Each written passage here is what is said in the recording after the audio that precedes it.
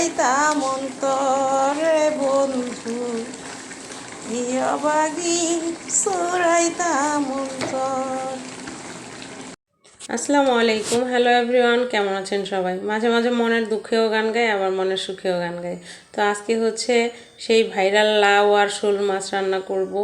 আর বিশেষ করে এই শোল মাছ দেখা যেমন মহা খুশি হয়েছি, শোল মাছ আমার সাথে প্রতিশোধ নিছে।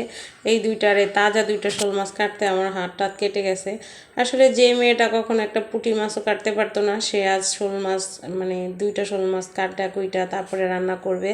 তো এখন হচ্ছে আমি এর জন্য লাউগুলো কেটে নিছি। অনেকেই মনে করেন আমার কোনো কাজ নাই, মানে শুধু ভিডিও বানাই। ভাই, সকাল থেকে সারাদিন দৌড়ের উপরে থাকি। এই যে লাউটা কেটে নিয়েছি, মাছ কাটতে আমার প্রায় 2 ঘন্টা গেছে এগুলোর সাথে দৌড়াদৌড়ি করতে। মানে ধরতে যাই ছুটা যায়, ধরতে যাই ছুটা যায়, এরপরে কত কষ্ট করে যে কাটছি। তারপরে হচ্ছে আমি লাউয়ের চোকলাটা মানে লাউয়ের উপরের খোসাটা চিকন করে কেটে নিয়েছি, সাথে একটা আলু দিছি, কাঁচামরিচ, ধনিয়া পাতা এগুলোও কেটে নিয়েছি। আজকে হচ্ছে লাউয়ের স্পেশাল চোকলা ভাজি, মানে লাউয়ের যে সিল্কাটা আছে এইটার ভাজি। আপনারা খেয়ে দেখেন। এই যে আমি ভাজিটা চড়াই দিয়েছি, আমার কাছে ভাজিটা খুবই ভালো লাগে এবং আমার বাচ্চারাও বলছে লাউয়ের ভাজি মজা হয়েছে, লাউয়ের চোকলা ভাজি। তো এই যে লাউয়ের সিল্কা ভাজিটা হয়ে গেছে, এখন আমি একটা বাটিতে তুলে নিচ্ছি। মানে হচ্ছে কি যে এই একটা লাউ থেকেই মানে 2 আইটেম হয়ে গেল। আমি লাউটা রান্না করছি হচ্ছে শোল মাছ দিয়ে, আর একদিকে এই যে লাউয়ের উপরের যে অংশটা, যেহেতু সবুজ অংশ, এটা খাওয়া আমাদের স্বাস্থ্যের জন্য ভালো। সাথে একটা আলু দিছি যাতে বাচ্চারা খায়। এই তো আমার ভাজিটা হয়ে গেছে। এর পরবর্তীতে হচ্ছে আমি শোল মাছটা রান্না করার জন্য অনেকগুলো মাছ ফ্রিজে রেখে দিছি, আর অল্প কিছু নিছি। যেহেতু এত দামের মাছ, 100 টাকার লাউয়ের জন্য 2000 টাকার শোল মাছ আনা হয়েছে। তো যাই হোক, মাছগুলো আমি 3-4 দিন পোলটা করে রেখে দিয়েছি। আজকে হচ্ছে অল্প নিছি, আর সাথে 2টা মাথা 2টা লেজ ছিল, মাথা 2টা একটু হালকা ভেজে নিছি, আর বাকি মাছগুলো আমি কষিয়ে নিলাম। মানে বড় মাছ তো কষায় নিলেই ভালো হয়। মানে এর আগের ভিডিওতে দেখছেন আমি মাছ ভেজে নিছি।